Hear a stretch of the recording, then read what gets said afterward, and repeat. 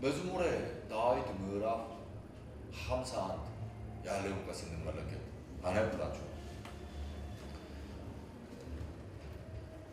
መዝሙረ ዳዊት ምዕራፍ 51 ከቁጥር 17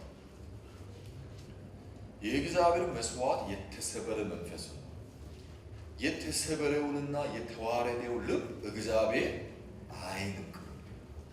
አሜን። ቃየን ሁለቱም መስዋዕቱ ወደ እግዚአብሔር አቅርቦ ነበር።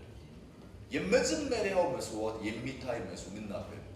ከራሱ መፍጨርጨር፣ ከራሱ ትጋት፣ ከራሱ ከሆነ ጋር የተያያዘ መስዋዕት፣ የምድር ፍሬ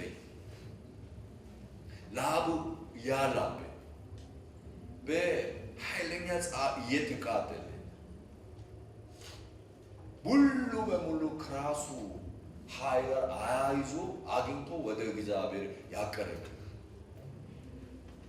እሱ በራሱ እግዚአብሔር ደስ ሊያሰኝ ፈልጎ ነበር።